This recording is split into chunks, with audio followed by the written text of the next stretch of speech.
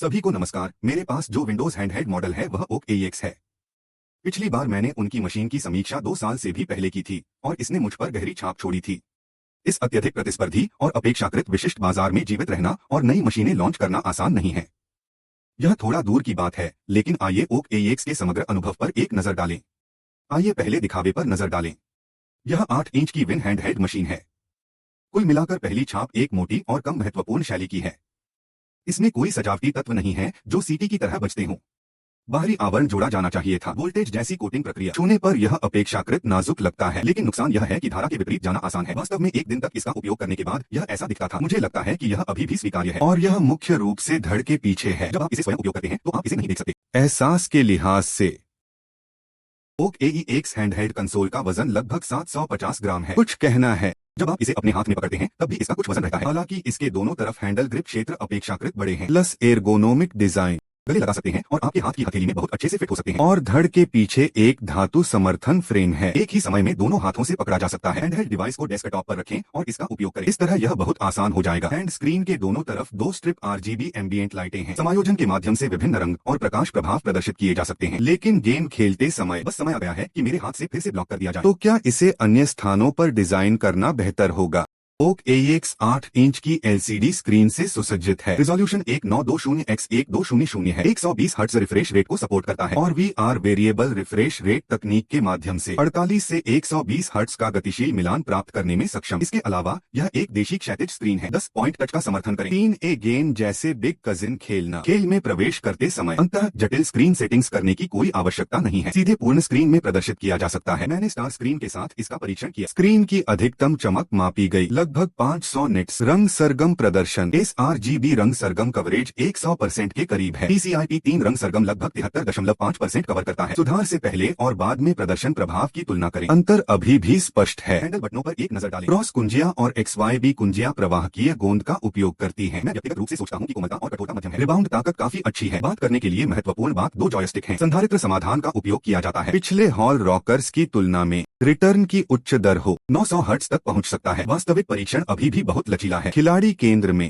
Joystick के माध्यम से प्रोग्रामिंग। आप जॉयस्टिक 0 डेथ मोड भी चालू कर सकते हैं। उच्च नियंत्रण सटीकता और रॉकर पर एक मेटल रिंग लगाई गई है। लंबे समय तक इस्तेमाल से बच सकते हैं। हैंडहेल्ड डिवाइस के फ्रेम पर टूट फूट है। धड़ के शीर्ष पर एक माइक्रोटिक कुंजी है और हॉल पहला ट्रिगर बटन।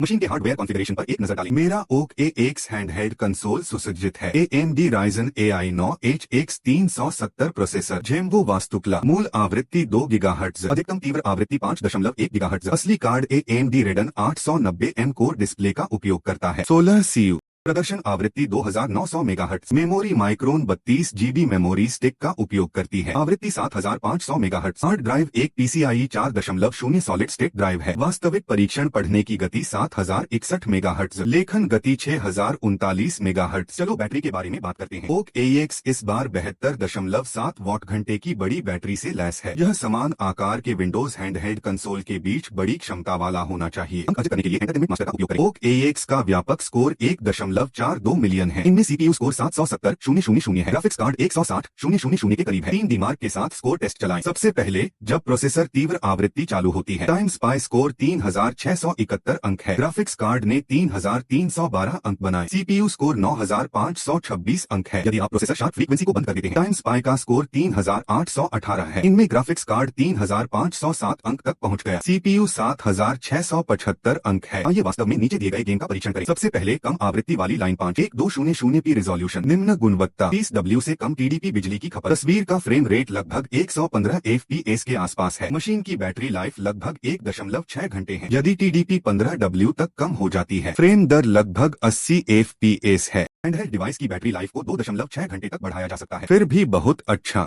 वाइल्डरनेस 2 में भी 1200p रिजोल्यूशन है। निम्न गुणवत्ता मोड 30W TDP बिजली की खपत जैसी। फ्रेम दर लगभग 50 FPS है। यदि रिजोल्यूशन 800p तक कम हो जाता है, गेम फ्रेम रेट को 75-80 FPS तक बढ़ाया जा सकता है। आइए ब्लैक मिथ वुकोंग का फिर से परीक्षण करें। वही रेजोल्यूशन 1200p है। निम्न गुणवत्ता मोड। नमूनाकरण रिजोल्यूशन 55 पर सेट है। TDP setting 30W। खेल के दौरान चित्र की फ्रेम दर मूलतः 75-80 FPS के आसपास है, अभी भी बहुत चिकना है। और आप देख सकते हैं कि बैटरी लाइफ 1.6 घंटे है। इस समय यदि TDP को 15 वाट पर समायोजित किया जाता है, गेम स्क्रीन का फ्रेम रेट लगभग 55 FPS पर बनाए रखा जा सकता है। बैटरी जीवन 2.5 घंटे तक बढ़ गया। मशीन का ठंडा होना और पंखे का शोर।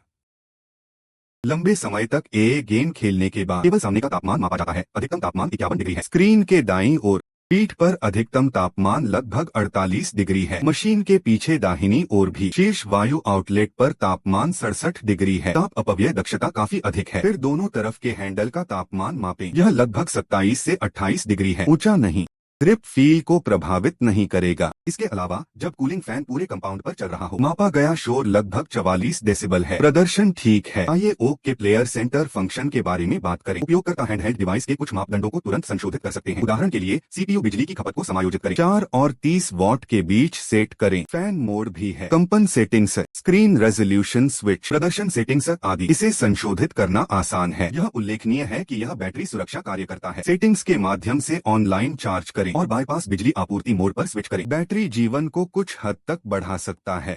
अंत में ओक AEX के बॉडी इंटरफेस पर एक नजर डालें। मशीन के शीर्ष पर पावर स्विच कुंजियां हैं, वॉल्यूम समायोजन बटन, हेडफोन जैक, एक USB 4.0 इंटरफेस और एक USB 3.2 इंटरफेस। मशीन के निचले भाग में USB 4.0 इंटरफेस है। एक देशी ओकलिंक इंटरफेस ग्राफिक्स कार्ड हाउस को कनेक्ट करने के लिए उपयोग किया जा सकता है। इसमें माइक्रोएसडी एक्सपेंशन कार्ड स्लॉट भी है। सामान्य तौर पर ओक AEX विंडोज गेमिंग कंसोल। समग्र प्रदर्शन अभी भी बहुत अच्छा है। मूल रूप से इसका उपयोग 1200p रेजोल्यूशन पर किया जा सकता है। उच्च फ्रेम दर पर विभिन्न मार्च गेम चलाएं, साथ ही एक बड़ी 72.7 वाट घंटे की बैटरी लाइफ भी अन्य समान उत्पादों की तुलना में बेहतर है। बेशक अगर आपका बजट सीमित है, आप 8840U संस्करण भी चुन सकते हैं। मैं व्यक्तिगत रूप से सोचता हूँ कि कीमत प्रदर्शन अनुपात बेहतर है। आप अन्य किन खेलों का परीक्षण देखना चाहते हैं? आप वीडियो के नीचे एक संदेश छोड़ सकते हैं।